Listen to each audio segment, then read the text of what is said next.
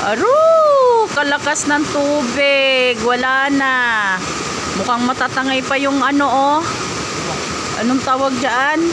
Saging. Wala na. Agoy! Ang mangga, malapit na oh. Ito na, bigyan mo dito ba dito? Umagos na dito.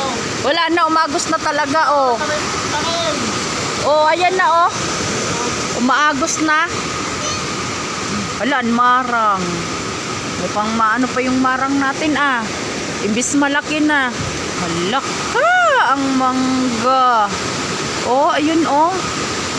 Mukhang matatangay pa yung mangga ah. Imbis may bulaklak na. Ayun pa yung mga saging doon oh.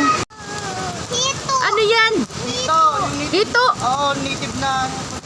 Native na hito. Hala. May hito na. Dito mo lagay yan sa may tubig. Ando siya sa walang tubig. Kaya mo siya dyan. Hala, may hito na oh. Naman yung kunya yun. Ha? Mas malakas na naman. Malakas Yung talaga. Hala. Ah. Pupunta siya doon sa ano walang tubig. May hito na oh. Naanod. Ayan na. Ayan na yung tubig oh. Nasa ano na hagdan. Aro, kalaki na ng tubig. Ito na yung sapa oh. Kalakas ng tubig. Wala na yung ano doon, natangay na yung mga pananim. Ayan na, malapit na yung ano. Malapit na yung saging. Ako, yung saging, ayun oh. Wala na, yung iba wala na, natangay na. Pati yung ibang mga kawayan. Oh.